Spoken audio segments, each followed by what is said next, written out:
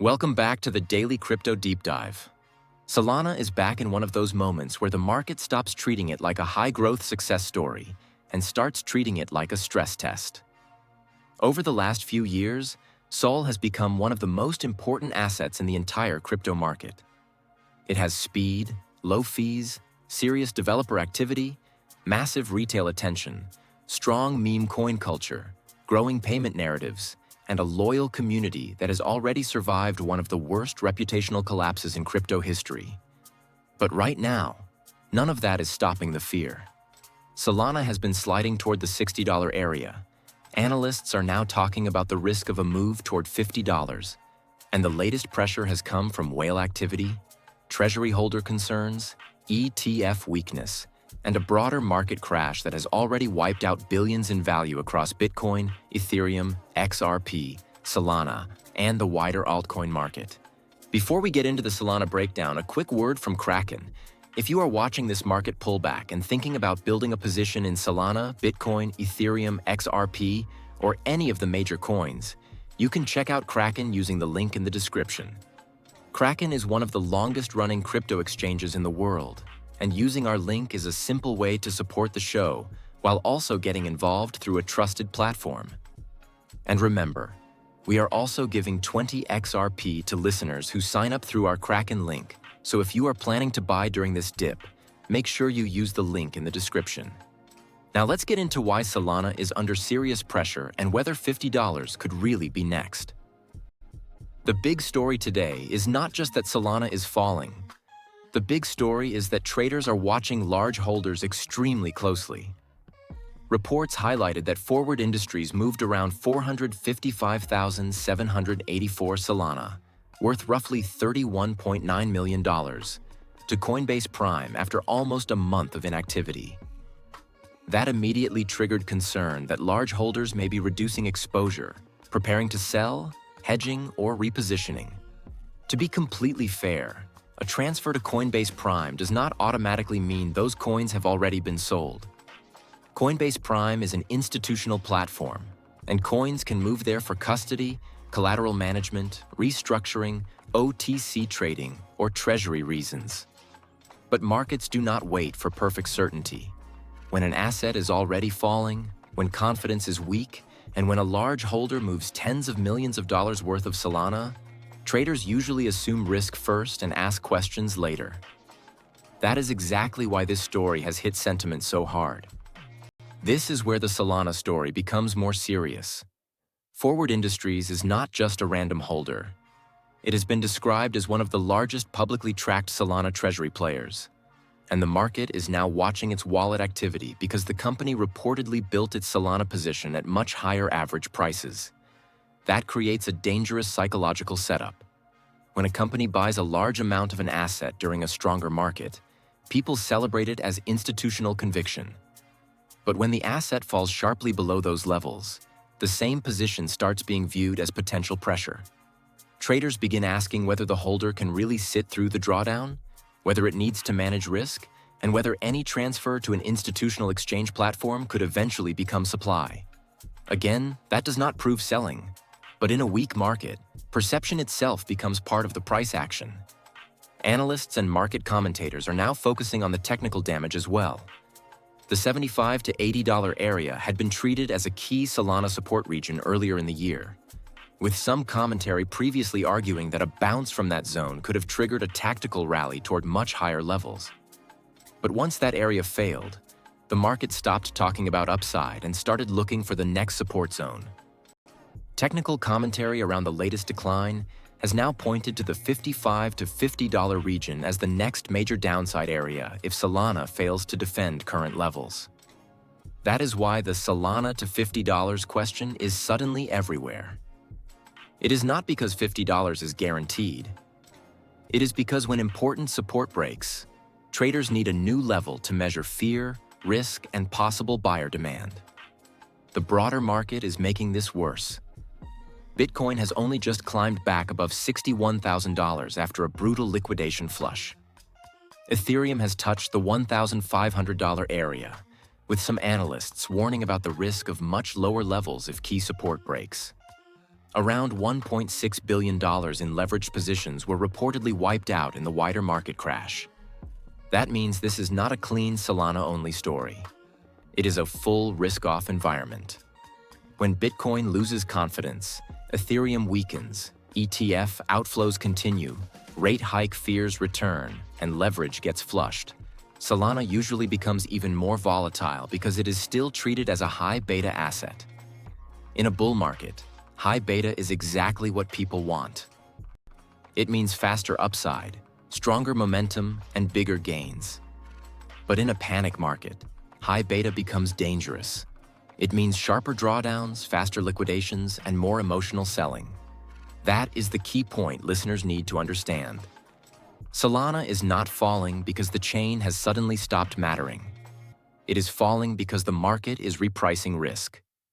In strong liquidity conditions, investors reward speed, growth, speculation, and aggressive ecosystem expansion. In tight liquidity conditions, they punish anything that feels more volatile. Solana sits right in that zone. It is big enough to matter, but still volatile enough to get hit hard when traders reduce risk. That is why whale transfer headlines become more powerful. In a calmer market, a $31 million institutional transfer might be treated as interesting but not catastrophic. In this market, it becomes another reason for traders to lean bearish. But this is also where we need to be careful not to turn this episode into lazy doom. Solana falling toward $50 would be painful. It would scare retail holders. It would make the chart look terrible. It would raise serious questions about treasury holders, whales, and whether more forced selling could appear. But a move toward $50 would not automatically mean Solana is dead. Price and network value are connected, but they are not the same thing. Price is the market's current opinion under current liquidity conditions. Network value is about whether users, developers, applications, liquidity, stablecoins, payments, and real on-chain activity remain.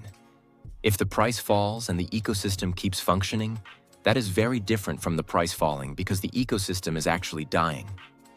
That distinction is what makes Solana so interesting. The official Solana messaging positions the network as high-performance infrastructure for internet capital markets, payments, and crypto applications. It is not just trying to be another speculative token. The long-term bull case is built around speed, cheap transactions, consumer applications, trading, payments, tokenization, and the idea that financial activity can move on-chain at scale.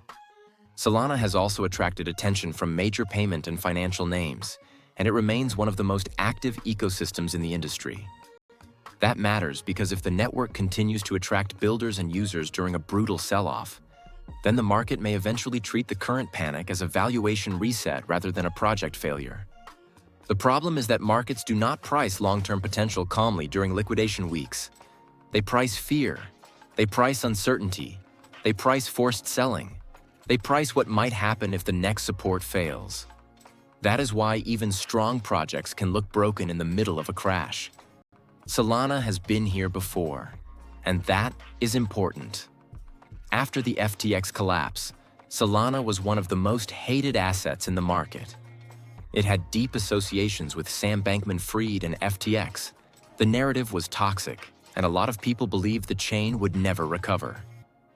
Sol fell to roughly the $8 to $10 panic zone, with several price history references putting the post-FTX bottom near $8.13 in December 2022. Decrypt also later described Solana as having plunged to nearly $8 in 2022, before eventually recovering to new highs. That history matters because it shows the difference between market panic and permanent impairment. When Solana was near $8 after FTX, the consensus was almost completely broken. People were not calmly saying, "This is an interesting long-term ecosystem." They were saying it was finished. Developers would leave. Users would leave. Liquidity would leave. The FTX stain would never wash off. And yet Solana rebuilt. The network survived. Activity returned. The price recovered dramatically. That does not mean the same thing automatically happens again, but it proves that Solana has already passed one of the hardest stress tests in crypto history.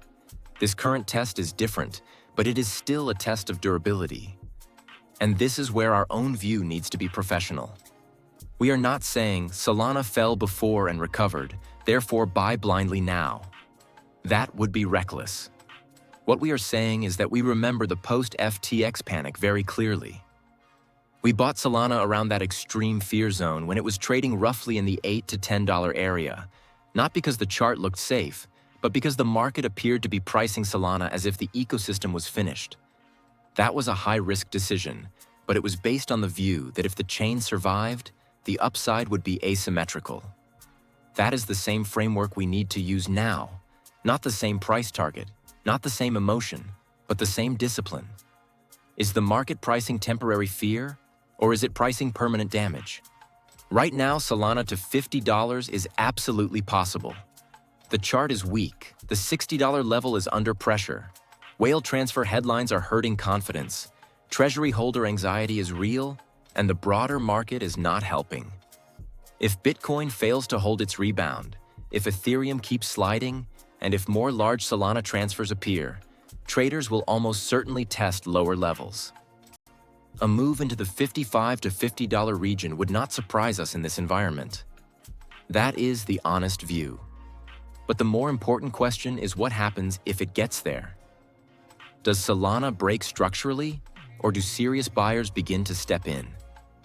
Does network activity collapse, or does the ecosystem keep building? Do developers leave, or does the chain continue to attract apps, users, liquidity, and payment experimentation? The honest conclusion is this: Solana is in danger, but it is not dead. The $50 level is a real risk, not clickbait. The whale headlines are not meaningless. The market structure is weak.